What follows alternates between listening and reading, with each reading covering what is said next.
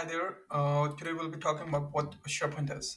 So, as per Wikipedia, I have this Wikipedia article opened up in front of me. So, as per Wikipedia, it says it's a web-based collaborative platform that integrates natively with all of O365 tools, and it's primarily sold for document management and storage system. And another thing, it is highly configurable, and there's a lot of things over here going over here. It's quite vague, not many things, not detailed explanation about what a SharePoint is, but I see something which actually catches my eye, which is 200 million plus users. 200 million users as of December 2020. For sure, this is 2022, so it's going to be more than 200 million users. So that is something which actually catches our attention, and we know that there is vast amount of people, like many people are using this. Many organizations for sure are using these the SharePoint as the collaborative platform. So let's go to their official site and see what is SharePoint. It shares manage. SharePoint is, it says share, manage content, knowledge, and application to empower teamwork, quickly find information, and seamlessly collaborate across the organization. That is quite correct. And but still, we need to elaborate. We need to stretch it out just so it becomes easier for our viewers to see and understand what exactly is SharePoint. So what I did, I went ahead and created a sample test SharePoint site for our use case, and we can see it's a pretty modern experience site in comparison to what SharePoint had in older versions. So we can create a SharePoint site. That's one of the we can see that, right.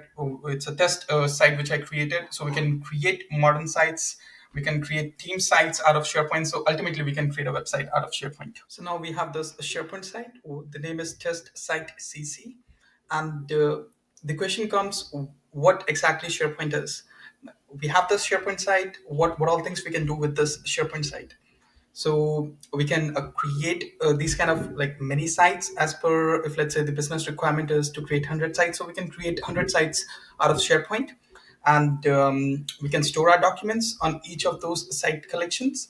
We can share those documents. We can share artifacts or any kind of video links or anything, whatever we store onto this particular site collection. By site collection, I mean this particular site which we see over here.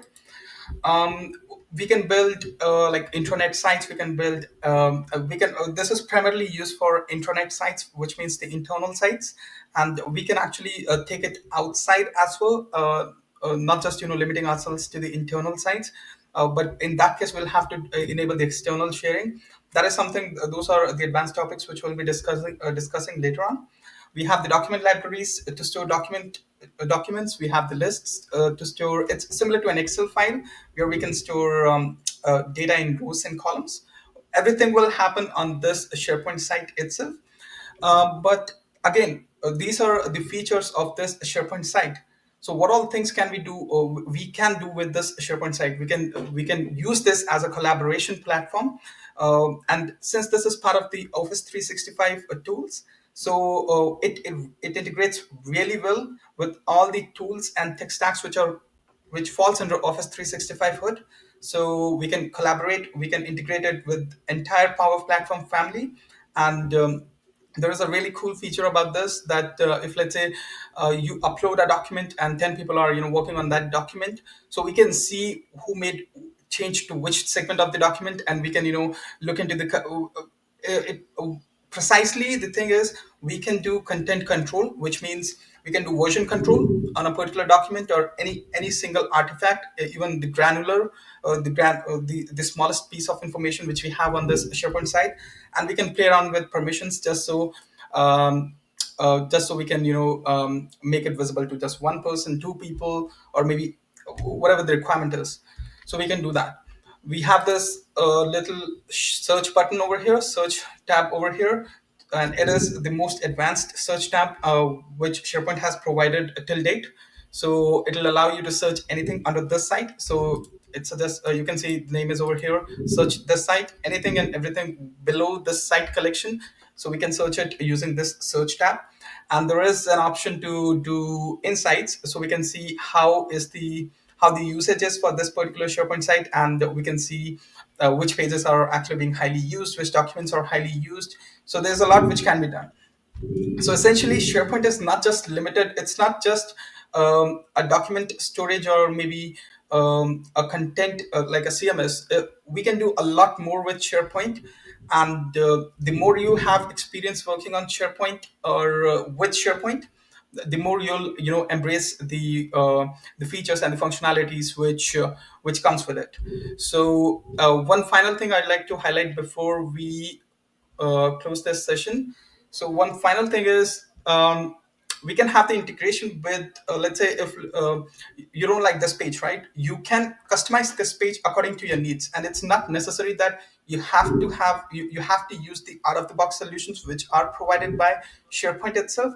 Let's say you want to embed an image, right? So there is out of the box solutions within SharePoint itself. We call it webpath. So there's an image webpath, so you can use that, but it's not really necessary that you have to use that, right?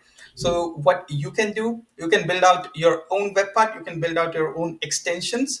So those are some technical verbiage, technical terms which we will understand in the further tutorials, and through which you can customize your page. So it's not necessary you have to stick with what you see over here, and you can customize it as per your need. You can build a really appealing user interface just so your end users or your company colleagues um,